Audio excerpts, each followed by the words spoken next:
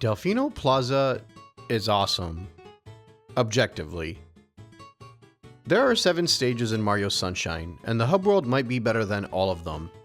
While there are many aspects of Delfino Plaza that I think could be improved upon, and the access towards stages and unlocking of power-ups isn't always a hit, the overwhelmingly positive features of this hub world more than make up for what I would consider are minor deficiencies. As much as I like the production, I'm going to set the music, environment, NPCs, and aesthetics to the side for this discussion. Not because they're not great, but because I want to speak more about the mechanics of the plaza and why I found it to be a treat. The primary reason being the actual search for the shines. I just went through every shine in every stage and felt a notable lack of searching available throughout the game.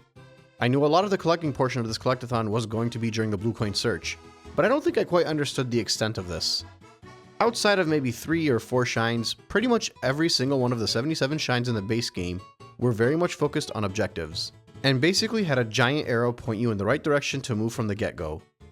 This is including the red coin shines that basically told you where the famous collectibles were and prompted you to undergo some kind of challenge to collect them. And what was more jarring was I felt the same way about the 100 coin collection, which I thought was less of a challenge to scale the stage and look for coins and more of a challenge of problem solving to figure out how to manipulate the stage into giving you the coins you desire.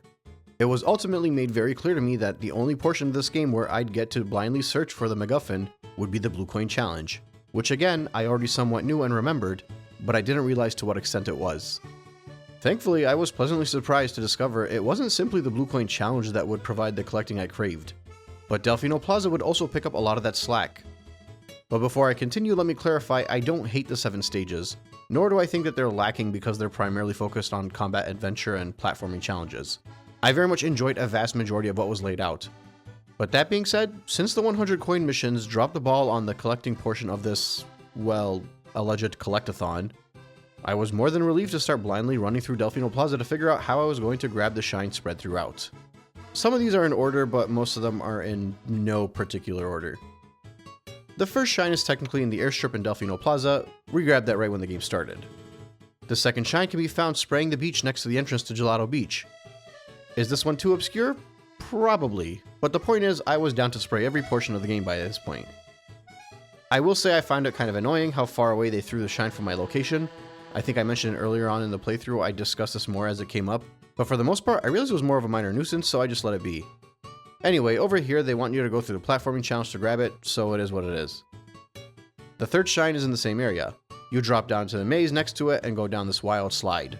I don't know if others found this one hard, but I found it extremely enjoyable and it reminded me of the fun high-speed areas in Odyssey. I'm guessing the Odyssey areas were based off this, but regardless, I enjoyed it. Next up was a challenge to break all the crates in 30 seconds. I did it in less than 20 seconds. Easy peasy. And then I did it again. Easy peasy again. After that, there's a shine where a chuckster is meant to launch you into a tower. I was trying to find a way to get into this tower for quite a while until I realized the Pianta was a chuckster. After that, again, it was pretty easy. Next, grab the rocket nozzle and clean the bell. This one was almost a no-brainer, but the brain portion of it was knowing to take the underground sewer to make it to the inside of the tower. After that, same thing, except it's another bell. This one requires you to rocket nozzle upwards to grab it. And then it's pachinko. Similar to the watermelon in Gelato Beach, there isn't much to say here. This is a pull out your hair worthy shine, finicky as all hell and maybe even more recognizable as an infamous shine than Mario Sunshine is recognizable as a video game. After that, you can use some turbo nozzles to ram through some doors. The shine noise as you pass by the doors should pull you in the direction. After that, it's all about experimentation and discovery to figure this one out. And once you do figure it out, you'll use the turbo nozzle to access yet another area that no doubt inspired the bonus areas of Mario Odyssey. And then there's a super duper ground pound on top of this tower above the Gelato Beach entrance. This one took me a while too, but I actually figured it out on my own. This one out in the water where you have to get to the maze to reach the area with the tall grass, I had remembered from an earlier playthrough that I am 99% convinced I used a guide to discover the first time. Thankfully, there's still a fun coin collection challenge that's fairly difficult even after making it to this area. So even though the search to enter this spot is probably a bit too obscure for me, the actual shine collection is fun and difficult.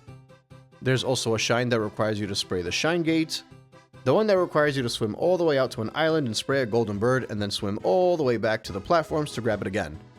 I was proud that I didn't need a guide for this one, but that's only because I remembered the golden bird from Noki Bay. Of course, we also had the lily pad and the infamous boat ride to make it there. I started pulling my hair out for this shine before I even started playing the game. Surprisingly, it didn't annoy me all that much this time because I pretty much have this whole challenge memorized, but this is easily my least favorite shine in the game to actually complete. Actually, it's not even my least favorite to complete, it's just my least favorite to get to. The lily pad part never bothered me nearly as much as it's bothered most. I'm not sure why. Either way, I won't be cutting this shine any slack. It's terrible strictly because of the logistics of how to access it. And even if I wanted to try and defend the actual lily pad challenge, I'd hardly be able to convince myself, let alone all of you. And finally, to close it all off, back to Delfino Airstrip to collect 100 coins and 8 red coins. Honestly, I went into this knowing 2 bad ones would be Pachinko and lily pad, and I was surprised when I came out of it that those 2 were the only ones I actually disliked. And don't let the fact that I just lightning rounded these shines fool you, I spent a lot of time here. More than I realized I would. But through every second of it, I was having a lot of fun. I was enjoying myself. I was finding solutions to problems that I had no idea I could figure out. I mean, I'm sure there's an element of me playing this all before, but funnily enough, I was able to get through it all. I was mostly remembering the stuff that I was meant to do for the blue coins, rather than the shine collecting. The only 2 shines that I completely remembered were the 2 crappy ones. Everything else was for the most part fun exploration and basically accidentally stumbling upon the solution. Delfino Plaza is not just its own stage. It's almost a whole separate game. But I do wonder if the only reason I felt this is because I saved everything Delfino Plaza related to do at once. Other players likely would have gone through the game and got distracted for a bit by Delfino Plaza and then continued on through the episodes. It's a difficult thing to speculate, and I can really only play this game one time in a single way without it being barred by me knowing and remembering too much. And I'm glad I did it this way. I'm glad I saved Delfino Plaza for last because I can confidently say that 95 shines in, this game is still really fun. I've done everything except for grab the blue coins and defeat Bowser. And I realize what remains is no small feat and is often considered some of the worst the game has to offer. But I put the discussion to the test. I explicitly focused on collecting all of the shines in order of relevance, and it's felt great for the most part. Sure, you have the 3 infamous shines that I'd still consider to be as bad as everyone makes them out to be, Pachinko, lily pad, and watermelon. And you have a crazy amount of frustration pretty much all of the secret stages that made me want to pull my hair out. And by the way, I'm not tallying up that number just yet because I want to save that for the conclusion since I know I'll be adding blue coins to that tally. But despite all of that, 95 shines into this game, 24 shines worth of blue coins and 1 shine worth of Bowser battle remaining, I still think Super Mario Sunshine is very much an enjoyable Mario game that does not get a lot of the credit it deserves. Maybe I'm too optimistic, maybe I'm just on a high, maybe I'm more tolerant of all the early game jank than most people are, I'm not sure. But I think everyone that did not give this game a go should at least run through the 49 shines to see if they can find a way to love it. And then if you do love it, or even like it, continue on to 95 shines. Those being the 4 extra shines in each stage and the Delfino Plaza stuff prior to Corona Mountain. I still can't recommend the blue coins yet because I haven't tackled them. That will be next. But before that, I think it's time to do something I don't generally enjoy. It's time for me to get negative for a second. So way back in my Peach's Castle discussion, I used Delfino Plaza as an example of a hub world that's too complicated. I criticized it saying I don't feel like it made for a good hub world. I got a lot of comments back defending it, saying there was a lot more purpose to Delfino Plaza than I was giving credit. Now seeing as how I've revisited the game and actually put it under the lens, I think I can better articulate what I meant in my Mario 64 video. And I'm going to try to do this without making Peach's Castle the gold standard, even though I'm inevitably going to have a bias towards it and base my opinion around it. But remember, at the end of the day, this is all nothing but an opinion. While I think Delfino Plaza makes for a very enjoyable space, it houses some of the best shines and moments in the game, and is all around aesthetically pleasing to look at and enjoyable to run through, I still don't actually think Delfino Plaza is a good hub world, strictly in the context of it being a hub that guides players towards various challenges in the game. And there are a few reasons that stick out to me more than others that I want to point out, in hopes that you might understand what I mean by this blasphemous opinion. For starters, as you run through the early parts of the game, you need to beat a Proto Piranha at the airstrip, a Proto Piranha to access Bianco Hills, a Proto Piranha to access Rico Harbor, and a Proto Piranha to access Gelato Beach. And in between all of that, your first shine is a fight against a Proto Piranha in Bianco Hills. This is quite frankly too repetitive. I can kind of forgive the repeated boss battles throughout most of the game because there are 77 shines in the stages, so even if every stage had at least 1 repeated boss fight, which they don't, that would still mean there are 70 shines to go through the game.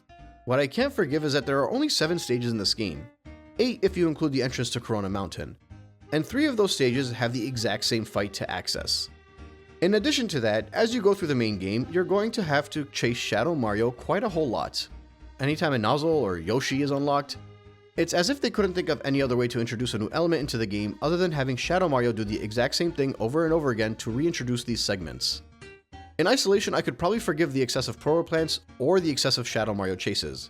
After all, I forgive the Shadow Mario chases in the base game, even though they happen in every stage. But I can't forgive both the Proto Piranha and Shadow Mario chases taking place in the hub world because the sheer density of it. There really aren't that many power-ups in the game, so not being able to think of anything other than Shadow Mario to unlock them is a bit embarrassing. And I fully understand that this is likely due to rushing a time constraint, but that doesn't mean I can't criticize it. This repetitive nature alone takes away from the fun of the hub world because it makes a lot of it feel just too redundant. But that's still not the worst aspect of it. I mentioned it a few times throughout the previous segments, but I played a few of the stages out of the intended order. This wasn't at all intentional. This was because I wasn't relying on Shadow Mario to guide me through the experience. I was running through the stages trying to figure out where to go next and ended up in a stage out of order. On one hand, I find this to be an issue because the game is clearly meant to have linear progression in a specific order. Otherwise, why would they unlock each stage through a shine threshold and pan over to Shadow Mario whenever you're meant to unlock the next thing? But on the other hand, I find it to be an even bigger issue that in me not relying on Shadow Mario, or rather casually relying on keeping track of his whereabouts, I wasn't able to access the stages in the correct order because, believe me, I was trying to. I wanted to run through them the way the game intended to, but if I blinked during a cutscene, I might end up in the wrong building since a lot of Delfino Plaza looks the exact same no matter where you're standing. This tells me the game is over-reliant on Shadow Mario to guide the player, and I think a good hub world does not need to hold a player's hand to this extent. Obviously, I think there's a benefit here because a player can go through the stages and make their own choices, and that's part of the beauty of these supposed non-linear games.